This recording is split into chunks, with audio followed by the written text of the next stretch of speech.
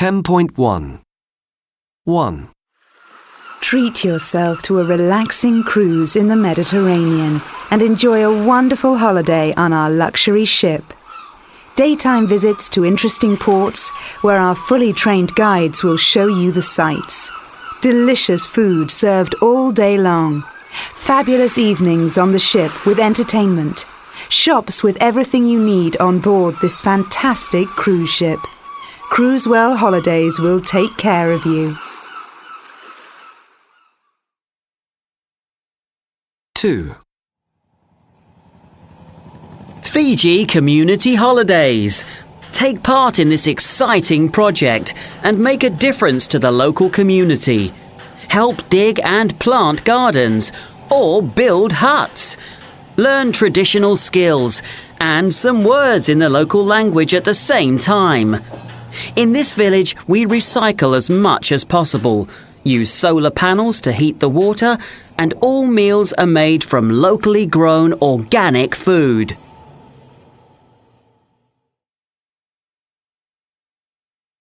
$10.2 OK, I think I'm going to start now.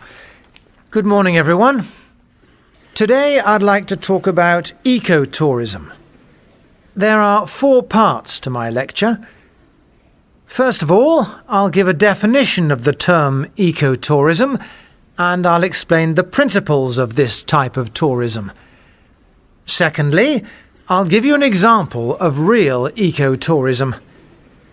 In the third part, I'll give you some figures about the financial impact of green tourism compared to tourism in general. And finally, I will conclude my lecture.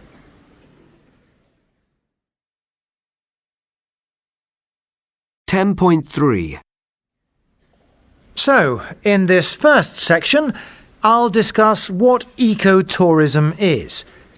Well, it's responsible travel to natural areas. And what is responsible travel? This is travel which conserves the environment and improves the welfare or well-being of local people. There are 3 main principles to this idea. Firstly, ecotourism should minimise, that is, make as small as possible, the effect on the locality. Secondly, ecotourism should improve or conserve the local environment. And thirdly, the local population should also benefit as a result of the tourism. Let's look at those principles in detail. Firstly, minimising the effect on the locality. This is done by making sure that the tourism is small scale and that something is given back to the community through the projects carried out. No big hotels are built, and local people are as involved as possible in the tourism. Secondly, ecotourism conserves or improves the environment. It does this through education, conservation and recycling. This is education of the local people and also the tourists who visit. Conservation of the environment means respecting it by, for example, using renewable sources of energy, like solar power, or avoiding unnecessary use of plastics. And recycling as much as possible is important too. Let's think then about how the local population benefit. Well, this can be in financial ways, of course, by earning money from the tourists, but also through education, better schools, access to places of interest, better health services, and improved roads and other means of transport. Now I'd like to turn to an example of ecotourism holidays. These holidays are organised all over the world, mainly to natural areas. Most importantly, each holiday must make a difference to the local community. Let me give you one example. a 10-day holiday in Vietnam, where tourists can learn about the local customs and culture and, at the same time, help the economy of the country. Only local guides are employed to show the tourists the sights and explain the different customs and culture. The tourists stay in locally owned hotels and can buy souvenirs made and sold by the local community.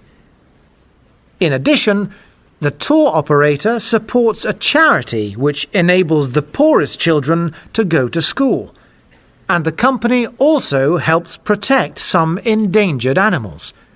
So, you can see that this holiday can make a difference to local people.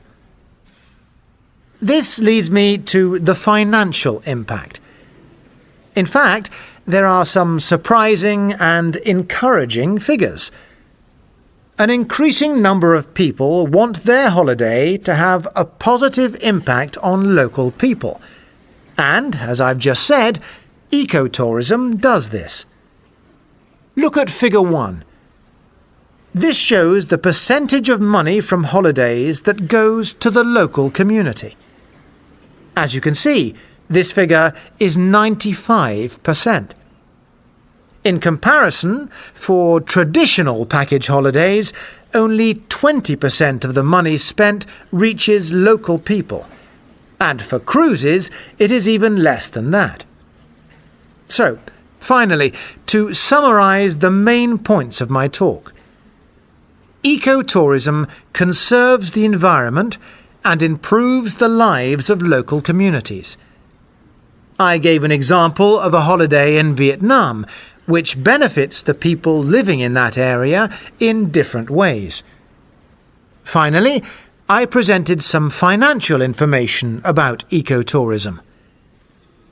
So, to conclude, real ecotourism is a responsible way to travel, benefiting both the guest and the host. By that I mean both the tourist and the local people. Someone said, "Take only photographs, leave only footprints." I think this is a good principle, but I would like to improve it. I would say, take only photographs, leave some benefit for the local community.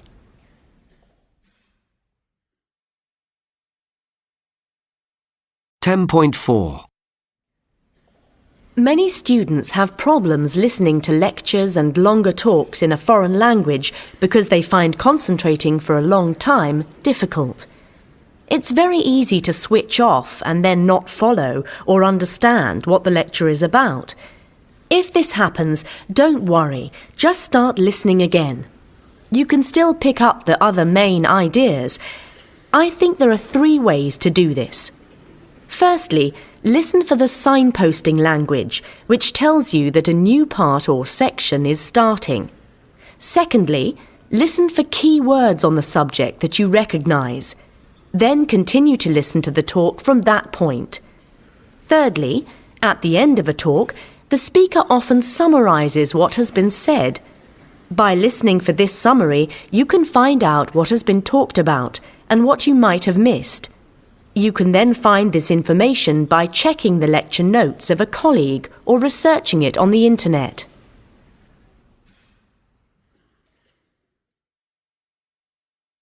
(10.5) 1. In this section, I'll discuss the importance of tourism for the economy. 2.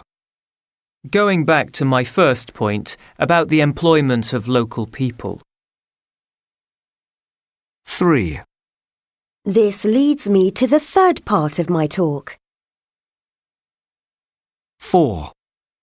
I'd like to turn to the subject of money brought into the country. 5. Let's think about the disadvantages of tourism. 10.6 1. People who suffer from diabetes need to follow a careful diet. 2. The student was accused of cheating in the exam. 3. How many candidates applied for the job of research assistant? 4. Aziz did not agree with the other students on the best place for a holiday. 10.7. Switzerland is a popular tourist destination for many people. Situated in Western Europe, it is bordered by Germany, France, Austria, Italy and Liechtenstein.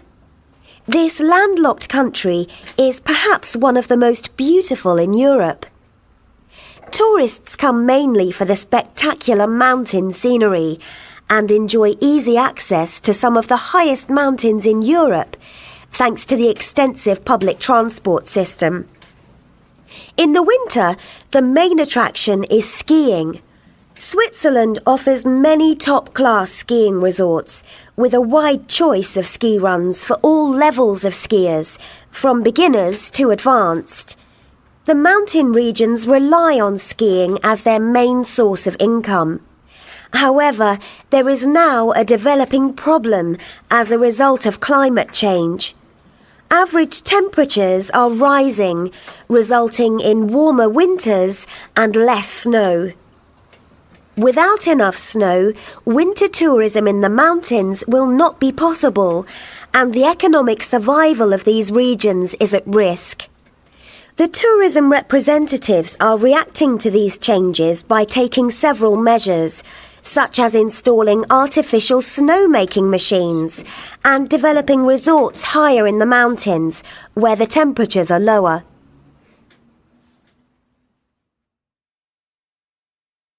$10.8. So, today we are looking at Rio de Janeiro as a tourist destination. I've asked some of you to prepare some background information for us. Perhaps we could start by asking the speakers to introduce themselves and their talks. Camille, would you like to start? Yes. In the first part, I'm going to talk about the history of tourism in Brazil, and particularly how tourism has developed in Rio. Thank you. Yunsuk? In the second part, I shall be describing the financial impact that tourism has had in Rio. I'll explain how much money has been earned in real terms over the last 10 years. And in the third and final part, I'm going to give a brief description of the main tourist sites in Rio and talk to you about new projects that have been introduced. For example, visiting the favelas, that is, the very poor slum areas of the city. Thank you. So, perhaps we can get started. Camille, would you like to go first? 10.9. Good morning and welcome. Today I want to talk to you about 3 main tourist destinations in Jordan. Tourism is a very important part of the economy in Jordan. That's why Jordan is investing a lot in this sector. Firstly, I will talk about the historical ancient sites, perhaps the most famous attraction of Jordan. Secondly, I will go on to talk about the natural reserves. And finally, I will finish with city tourism. First of all, the historical ancient sites. Of course, Jordan is famous because of Petra, which is one of the new 7 wonders of the world, and the UNESCO World Heritage Site. This spectacular city in the rock receives millions of visitors every year. But there are many other ancient sites, for example, Jarash, Madaba, and the desert castles.